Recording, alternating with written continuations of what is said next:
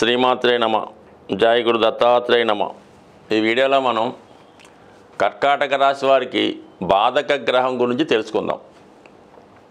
సరే, బాధకుడు అంటే జాతకుడిని అనుక్షణం గమనిస్తూ ఎప్పుడు చిన్న పొరపాటు జరిగినా ఇబ్బంది పట్టే విధంగా బాధక గ్రహం వ్యవహరిస్తూ ఉంటుందన్నమాట. సో అందువలన ఏంటంటే ఈ బాధక గ్రహం యొక్క దశలు జరుగుతున్నప్పుడు జాతకుడు చాలా నిజాయితీగా క్రమశిక్షణగా వెళ్తే చాలా వరకు జాతకుడు అభివృద్ధికి కారణం అవుతుంటుంది. అదే ఏమాత్రం చిన్న పొరపాటు చేసినా కూడా జాతకుడిని ఇబ్బంది పెట్టే ప్రయత్నం చేస్తూ ఉంటుంది ఈ బాధక గ్రహం. మరి కర్కాటక రాశి చరరాశి అవుతుంది. చరరాశికి 11వ స్థానాధిపతి బాధకుడు అవుతూ ఉంటాడు. అంటే కర్కాటక రాశి వారికి శుక్రుడు బాధకుడు మాట. అంటే వృషభ రాశి రాశ్యాధిపతి శుక్రుడు బాధకుడు కాబట్టి మరి కర్కాటక రాశి వారికి ఈ శుక్ర మహాదశ జరుగుతున్న శుక్రుడు యొక్క అంతర్దశలు జరుగుతున్నా కూడా మరి ఏదో విధంగా జాతకుడి యొక్క ప్రవర్తన బట్టి అతని నడవడికను బట్టి ఉండే ప్రదేశాన్ని బట్టి ఏదో విధంగా నష్టం కష్టం కలుగుతూ ఉంటుంది. అంటే ఎవరి ద్వారా? శుక్రుడు స్త్రీ గ్రహం అవటం వల్ల ముఖ్యంగా శుక్రుడు ఏంటంటే జాతకుడి యొక్క భార్యకి కారణమవుతుంటాడు, కారక గ్రహంగా శుక్రుడు. అలాగే కుమార్తెకి, అలాగే మరి కోడలికి, అంటే మీ కుటుంబంలో ఉన్నటువంటి స్త్రీలకి అటు ఇటుగా శుక్రుడు కారకత్వం వహిస్తూ ఉంటాడు. అలాగే మరి కర్కాటక రాశి వారికి చంద్రుడు అధిపతి. స్వభావసిద్ధంగా చంద్రుడికి శుక్రుడికి కూడా ఎట్టి పరిస్థితుల్లో కూడా మిత్రత్వం లేకపోవడం వల్ల ఈ శుక్ర చంద్రులు ఎక్కడ కలిసినా జాతకుడికి ఆర్థిక సంబంధించిన విషయాల్లో విపరీతమైనటువంటి ఆటుపోట్లు ఇబ్బందులు కలుగుతుంటాయి.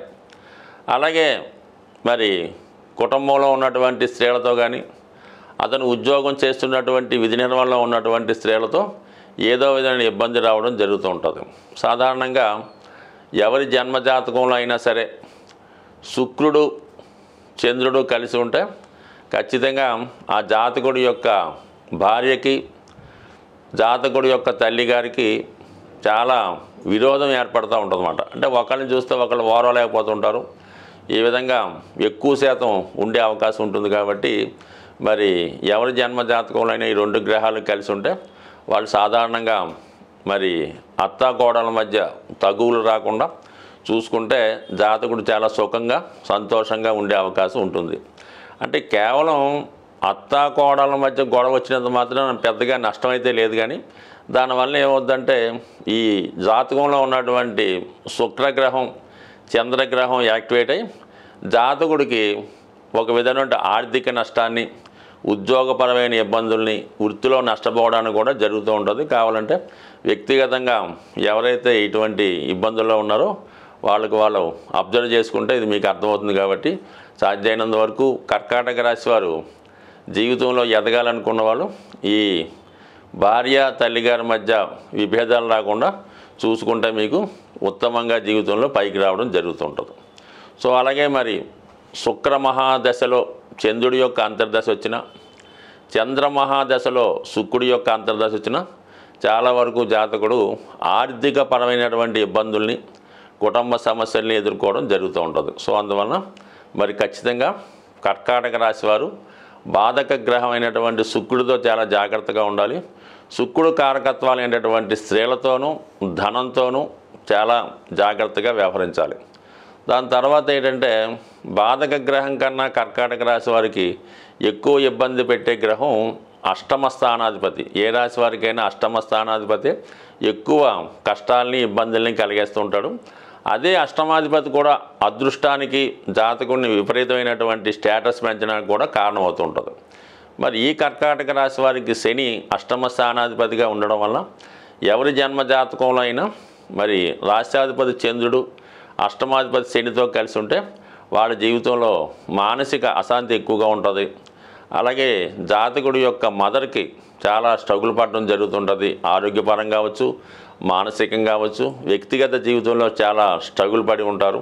ఫర్ ది సేమ్ టైం జాతకుడు కూడా ఇటువంటి ఇబ్బందికి గురవుతూ ఉంటాడు అనమాట. మదర్ ఏ విధంగా స్ట్రగుల్ పడుతుందో ఆ విధంగా జాతకుడు కూడా స్ట్రగుల్ పడే అవకాశం ఉంది. అయితే కొన్ని సందర్భాల్లో జాతకుడికి ఇదే కాంబినేషను ఉద్యోగరీత్యా ఇతర ప్రాంతానికో విదేశానికి కూడా తీసుకెళ్లే అవకాశం ఉంటుంది. But all of the sudden ఉద్యోగపరంగా కూడా అనుకోకుండా మధ్యలో ఉద్యోగం ఇబ్బంది కలగడం కానీ, ఉద్యోగానికి ఇబ్బంది కలగడం కానీ, ఉద్యోగం పోవడం కానీ కూడా జరుగుతుంటుంది. అంటే సాధారణంగా చంద్రుడు రాశ్యాధిపతే కదా, లగ్నాధిపతే అనుకుంటాడు. కానీ ఏ భావం మనకి సక్సెస్ అవ్వాలన్నా చంద్రుడి యొక్క స్థితి ఖచ్చితంగా ఉండాలన్నమాట.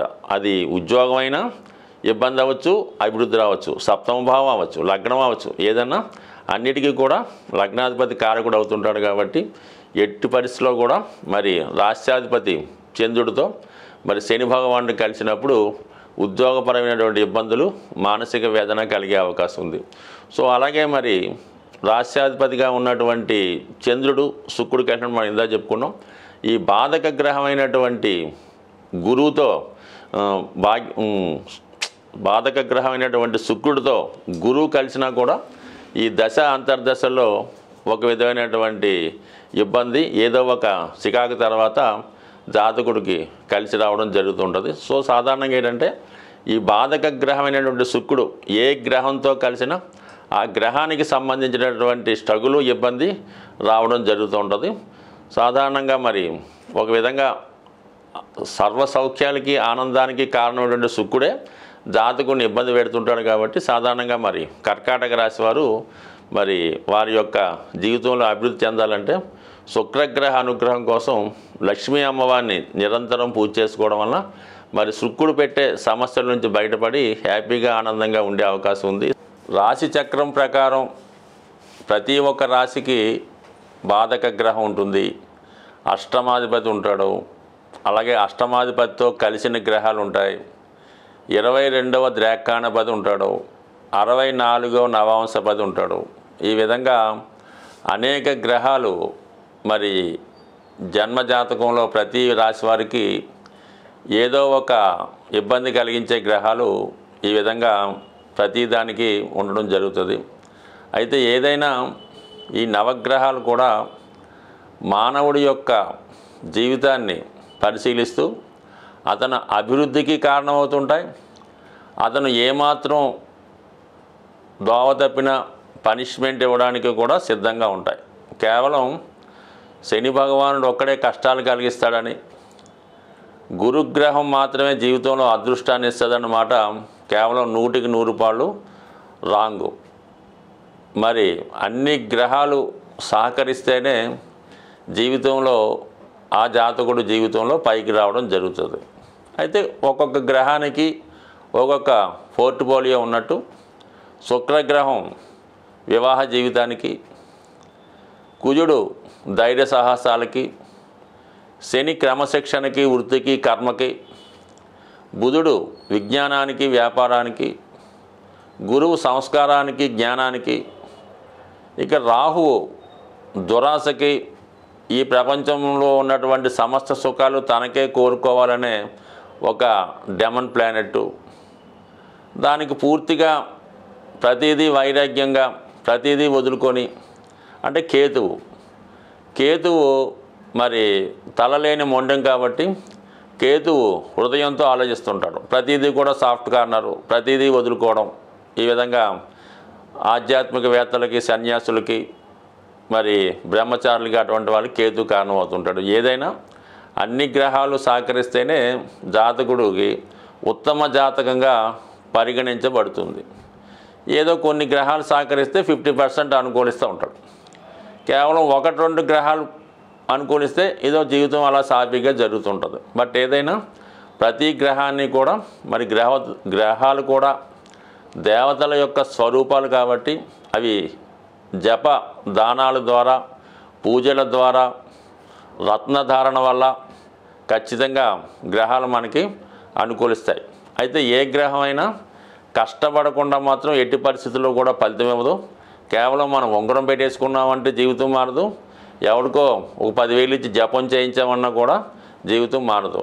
మనకి ప్రస్తుతం జీవన విధానంలో జాతకుడికి ఏది అవసరమైతే ఉంటుందో, సుమారుగా మనకి వివాహ ప్రయత్నం చేస్తున్నాడు, వివాహం కుదరలేదు.